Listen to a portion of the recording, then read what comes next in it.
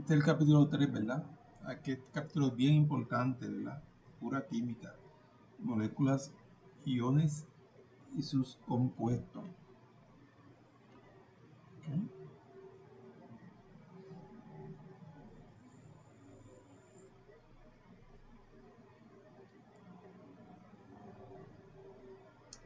Este es un artículo que yo bajé de la revista Newsweek. ¿Okay? Solamente para hablarles de James Watt, ¿verdad? James Watson. ¿Quién fue James Watson? El que descubrió la estructura del DNA, ¿verdad? Miren esta foto, está en una escalera ahí. Esta escalera lo que simboliza es el DNA. ¿Okay? Entonces él mandó a secuenciar su DNA, ¿okay? Mírenlo ahí.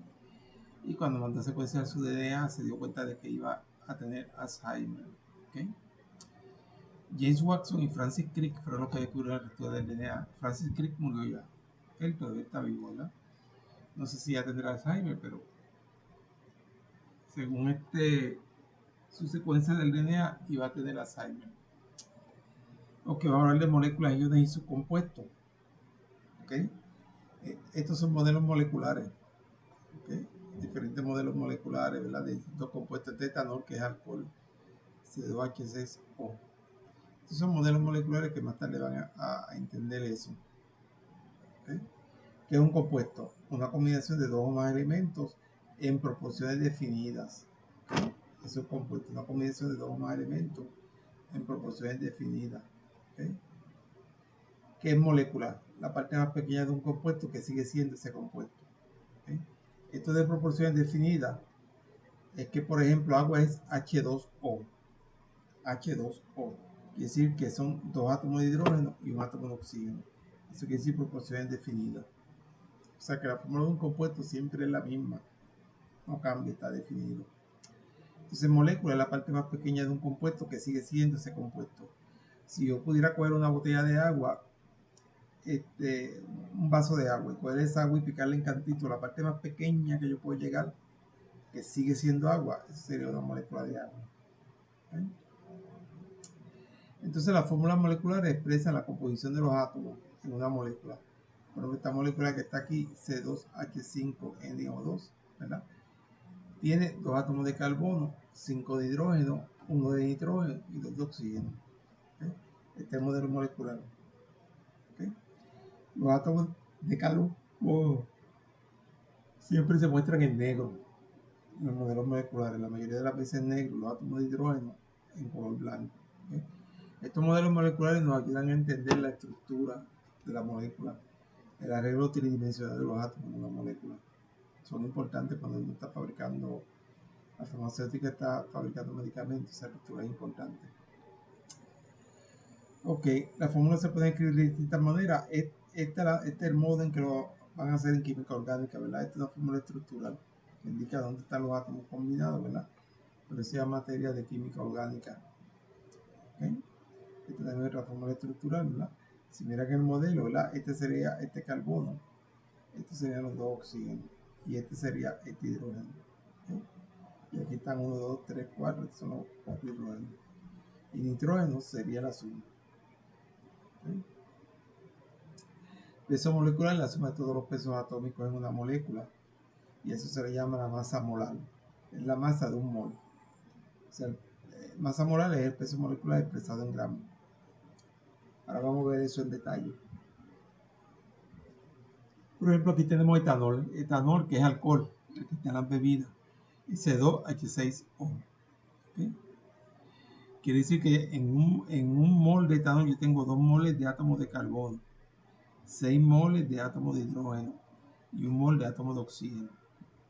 Cada carbono, si buscan la tabla periódica, es 12 gramos. ¿Okay? Multiplico 2 por 12, aquí tengo los gramos que tengo de carbono. Cada hidrógeno es 1, 6 por 1, ¿verdad? 1.01 y un mol de oxígeno que es 16. Y lo sumo, y ese es el peso molecular de etanol. Se pone en unidad de gramos por mol, o sea que un mol de etanol pesa 46.08 gramos. Que si yo digo al técnico del lab, tráeme un mol de etanol, pues lo que tiene que hacer es ir a la balanza y pesarme 46.08 gramos de etanol. ¿Ok? Esto es Tylenol. La fórmula de Tylenol es esta. ¿Ok? Vamos a sacar el peso de etanol. Pues sería 8 por 12, 9 por 1, nitrógeno 14 y 2 por 16. ¿Ok? Háganlo en su casa, ¿verdad? Para que vea que le va a dar 152.2 gramos por mol. ¿Ok? Este estilo no lo va a hacer acetaminofén, que es lo mismo. ¿Ok? 8 carbonos, quiere decir que las bolitas negras son carbonos. Entonces las blancas son hidrógeno. Debe haber 9. Y el nitrógeno es azul. No se tienen que aprender esos colores, ¿verdad? Pero eso es lo básico de los modelos moleculares. Ok, en sus casas quiero que practiquen el peso molecular de aspirina, cloruro de cobre dihidratado, ok. Dihidratado quiere decir que tiene 2 moléculas de agua. Una molécula de agua, esto por 1 más 16, 18, es una molécula de agua. Aquí sería 18 por 2, 36, más esto, ¿verdad? Esto quiere decir que este compuesto cloruro de cobre dihidratado está asociado a 2 moléculas de agua. ¿Ok? Bueno, estas son las masas molares de un mol, ¿verdad? Aspirina, si sacan el peso en su casa, aspirina pesa 180.2 gramos por mol, peso molecular.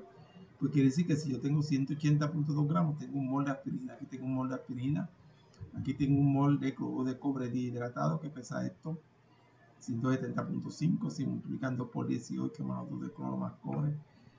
Óxido de hierro 3, F2O3, ¿verdad? Pesa 159.7 gramos por mol.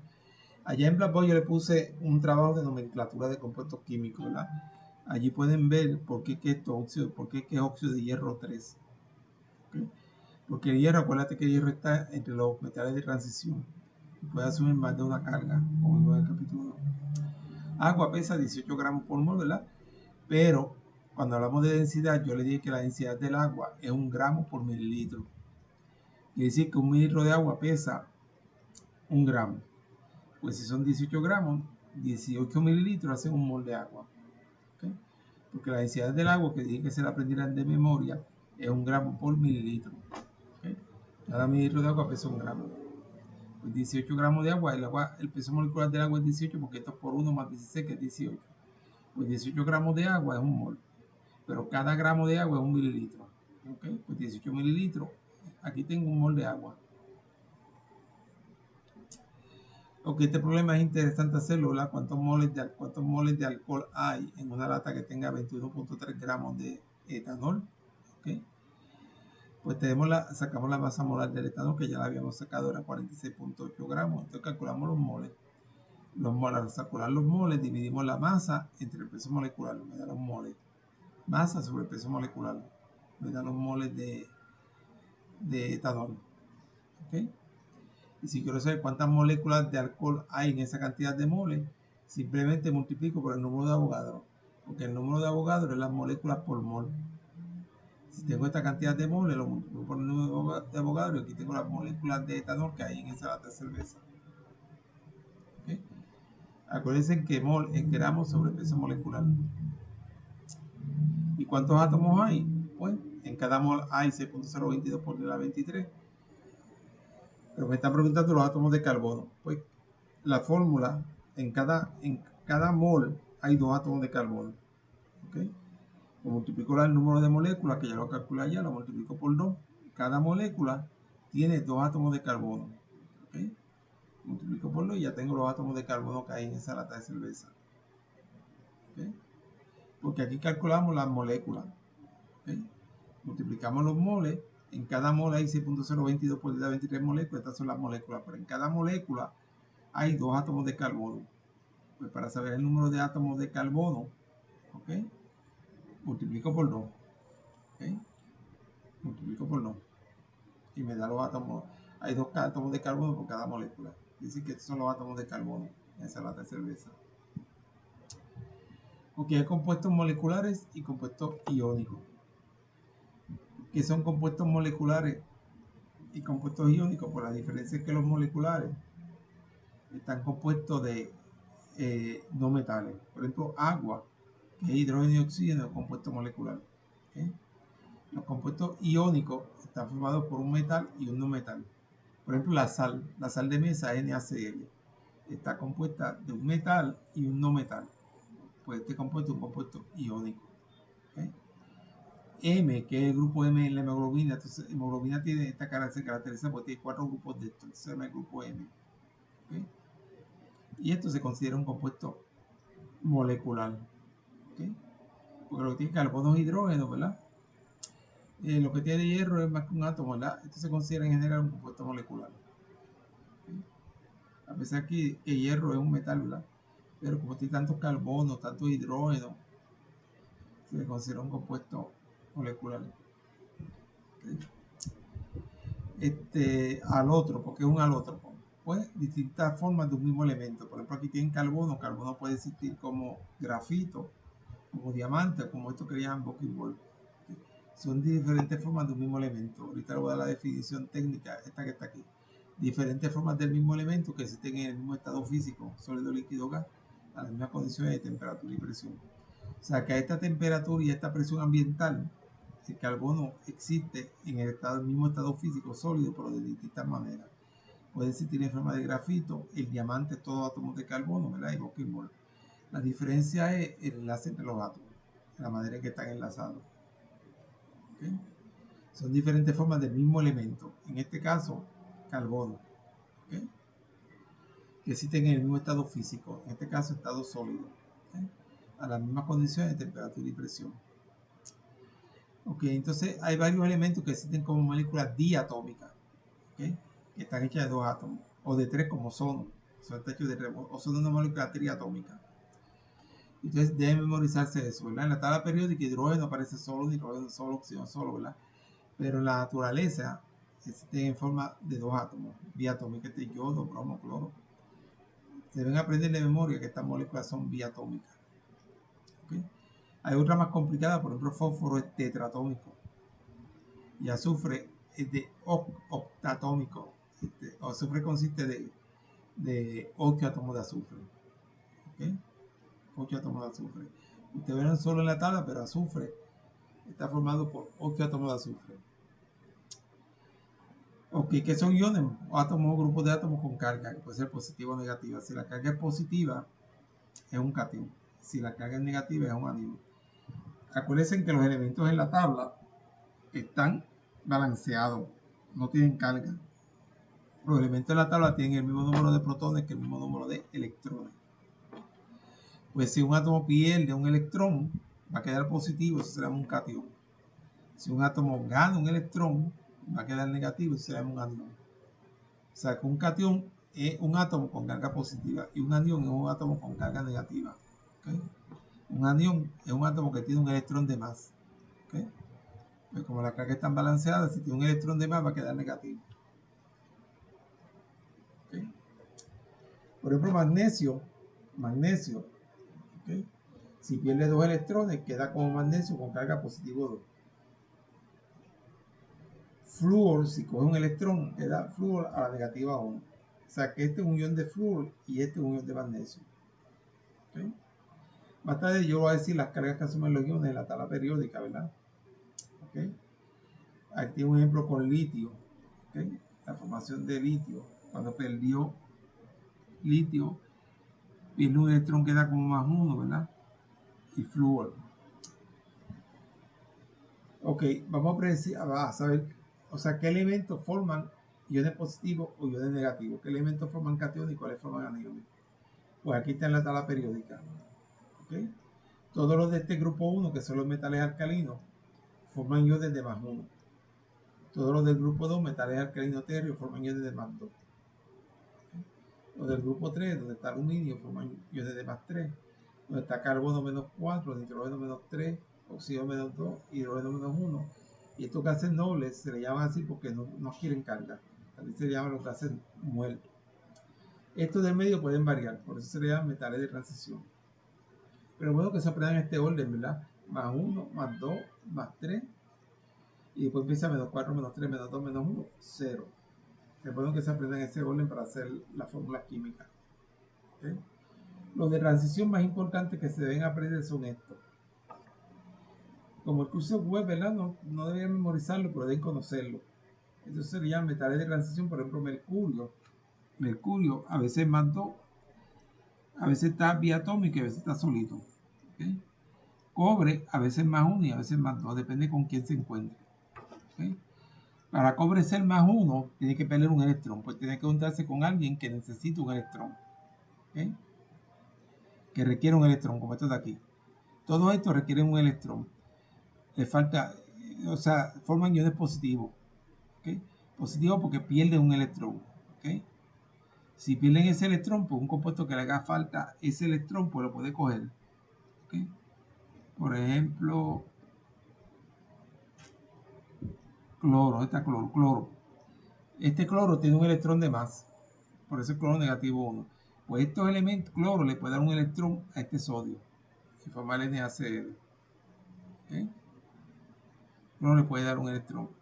Este cobre es más 1, pues cobre perdió un electrón, pues puede aceptar un electrón para llegar a neutro. ¿Okay? O sea que cobre también puede reaccionar con cloro. ¿Okay? O sea, depende de lo que le falte. ¿Okay? Potasio es más 1 porque perdió un electrón.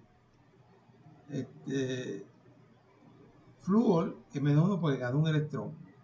Pues ese electrón se lo puede dar a potasio y formar un compuesto neutro. Porque los compuestos siempre son neutros. ¿Okay? Aquí tienen más ejemplos de metales y de iones, ¿verdad? Fíjate que hierro puede ser a veces más 2, a veces más 3, por eso el número romano. ¿Okay? Entonces aquí lo que le da la presentación son características de los metales, ¿verdad? Tienen brillo, son sólidos, maleables. Maleable quiere decir que se le puede dar forma sin que se rompan, se puede doblar sin que se rompan. Y dúctiles es que se puede cortar en plancha, ¿okay? O en alambre. Estas son las propiedades de los no metales, ¿verdad? Entonces que no tienen brillo, ¿verdad? Son pobres conductores de electricidad. Los metaloides tienen propiedades intermedias entre los metales y los no metales. ¿Okay? Aquí tengo ejemplos de no metales, que son los que están en la tabla periódica al lado derecho. ¿Okay? Vamos a hablar de cómo se forman los iones, ¿verdad? Se tienen que aprender de memoria. Hay iones que son más de un átomo, los iones poliatómicos, ¿verdad? Estos son los iones poliatómicos, porque los monoatómicos, yo eso se los enseñé en la tabla periódica anterior. Vamos a ver allá. Esta es la tabla periódica. Estos son los monoatómicos, ¿okay? Lo que asumen esa carga, ¿verdad? Sodio siempre va a ser más 1, potasio siempre va a ser más 1, magnesio siempre va a ser más 2, calcio siempre va a ser más 2. Todos los de este grupo van a ser menos 3, menos 2, menos 1. ¿Okay? Esos son iones monoatómicos de un solo átomo. Pero hay iones poliatómicos. ¿Okay? Hay iones poliatómicos. Que se lo tienen que memorizar, ¿verdad? Para poder escribir la fórmula de los compuestos. ¿Okay? Entonces estos son los iones poliatómicos. Yo se lo puse en inglés y aquí está en español. ¿Okay? Por ejemplo, ion hipoclorito, ion clorito, ion clorato, ion perclorato. ¿Okay? Todo eso son los iones poliatómicos y son los que yo le voy a preguntar en el examen para la nomenclatura. ¿Okay? Si yo le digo, hazme la fórmula de clorato de sodio, pues como sodio es más 1, se pregunta con clorato que es menos 1, ¿verdad? Sería NaClO3, clorato de sodio. Eso lo vamos a discutir en la clase. ¿Okay? Y todos los compuestos, todos son neutros. Por ejemplo, calcio, si vieron la tabla periódica, calcio es más 2 y cloro es menos 1. Pues para cancelar esas dos cargas positivas de calcio se requieren dos cloros. ¿Okay? Y se forma CaCl2. O sea, no podría ser CaCl porque se quedaría una carga sin neutralizar. ¿Okay? CO3 es un ion poliatómico, CO3. Corre junto. Y si miran acá, ese es el ion carbonato. Está en la tabla. Pero aquí. Y un carbonato, la carga es negativo 2. ¿Ok? Negativo 2. Pues si este es negativo 2 y calcio positivo 2 se pueden juntar. ¿Okay? Y se forma CaCO3. Fosfato también está en la tabla. PO4. Fosfato es negativo 3. Negativo 3. Y calcio es positivo 2. Pero como aquí hay dos calcios, que sería positivo 2 por 3 sería más 6. Y fosfato es menos 3 por 2 menos 6. Más 6 y menos 6 da 0. Pues esta sería la fórmula de fosfato de calcio. ¿Okay? O sea que las cargas te dan una idea de cómo escribir la fórmula. ¿ok? Aquí tienen, esto es lo mismo que está en la tabla, la nomenclatura de los iones poliatómicos. ¿Ok? Este HCO3 se le llama ion bicarbonato, ¿verdad? Este es bisulfato, este es bisulfito. ¿Ok? Aquí tienen más ejemplos de compuestos iónicos y su balance de carga. ¿Ok? Por eso tiene que aprender los iones poliatómicos por un nitrato. Nitrato es un ion poliatómico, la carga es menos 1. Pues puede reaccionar con hidrógeno, que hidrógeno es más 1. ¿Ok? Este ion amonio, NH4 positivo 1, y un carbonato. Estos son los mismos iones que están en la tabla. Fosfato, acetato, sulfato, sulfito, nitrato, nitrito. ¿Okay? Esos son los mismos iones que están en la tabla. ¿Ves? Sodio es más 1, cloro es menos 1. Estos son iones monoatómicos. Pues sodio puede reaccionar con cloro y formar NaCl. Porque los compuestos tienen que ser neutros. ¿Okay? No pueden haber electrones sueltos por ahí. ¿Okay? Y son compuestos iónicos, ¿verdad? Porque se forman a partir de iones que tienen carga. ¿Okay? Calcio más 2, cada flúor es menos 1, pues calcio puede reaccionar con 2 de flúor para llegar a 0. Y se forma fluoruro de calcio. ¿Okay? Aquí tiene más ejemplos: nitrato de magnesio, fosfato de hierro. ¿Okay? Esto explica la atracción entre los iones, ¿verdad? Son fuerzas electrostáticas, fuerzas de atracción entre carga, ¿verdad? Y hay una ley que explica eso, se llama la ley del Colombio, que no le voy a dar problemas de esto, tienen que saberlo, ¿verdad? Pero ¿qué dice la ley del Colombio? Que a mayor carga iónica, si yo tengo mucha carga acá arriba, pues mayor va a ser la fuerza de reacción. Entonces, a mayor distancia entre las cargas, como la distancia está abajo en el denominador, mientras más grande sea la distancia, más pequeño va a ser este número, ¿verdad? O sea que a mayor distancia entre los iones, menor va a ser la fuerza de reacción. Eso es lo que dice la ley del Colombio, que es esta que está aquí. Que la fuerza de reacción es igual acá, que es una constante por las cargas, entre la distancia entre las cargas. ¿Okay? Y esa ley del Colombio, ¿verdad? Aplica a todos los compuestos iónicos, ¿verdad? Por ejemplo, aquí tenemos cloruro de sodio. ¿Por qué cloruro de sodio? MP quiere decir melting point, punto de fusión, la temperatura a la cual se derrite. El melting point de cloruro de sodio es 804 grados centígrados y el melting point de óxido de magnesio es 2800 grados centígrados. Porque esa diferencia tan grande para derretir un cristalito de sal. ¿Por qué? Porque si miran, la distancia entre los iones aquí es más corta que acá. Pues si la distancia es más corta y mayor fuerza de reacción. Y si miran aquí la distancia, ¿ok? Las cargas son mayores, magnesio es más 2 y oxígeno es menos 2, magnesio es más 2, sodio y cloro es más 1. Pues aquí hay mayor carga y menor distancia entre las cargas. Entonces se requiere aplicar mucho más energía para poder separar esos dos compuestos. ¿Okay? Pero yo no le voy a dar problemas de la ley del Colombo, pero es para que la puedan interpretar, ¿verdad? Esto yo creo que lo ven otra vez en física. ¿Okay?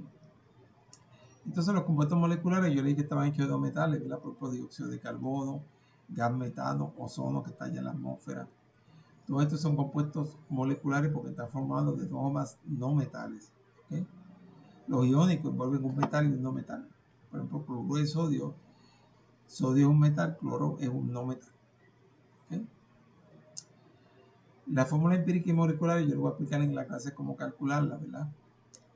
Porque esto es un poquito más complejo para explicar aquí.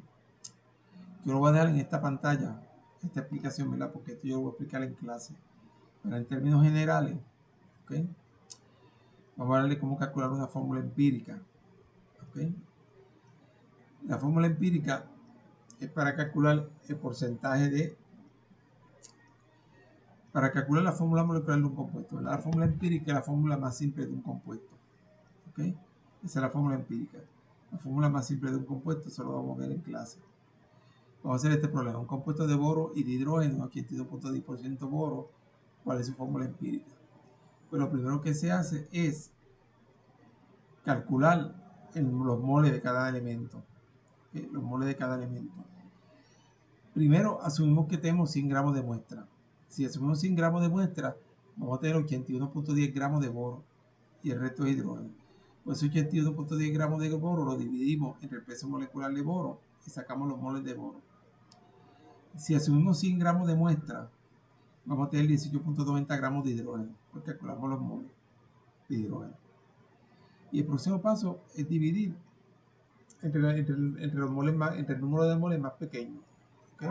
Divido estos dos números entre 7.5. El número de moles más pequeño.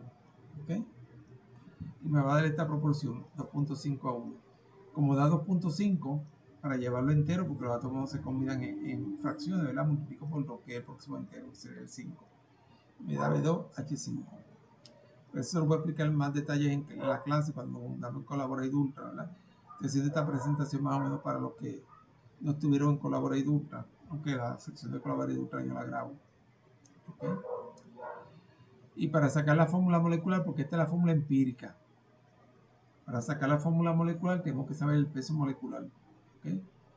Si nos dice que el peso molecular es 53.3 gramos, el peso molecular del compuesto, y la fórmula empírica nos da esto, pues hay que multiplicar por 2. Hay que multiplicar la fórmula empírica por 2 y nos da B4H10. ¿Okay? Sería la fórmula empírica. ¿Okay? La fórmula molecular, multiplicando por 2. ¿Okay?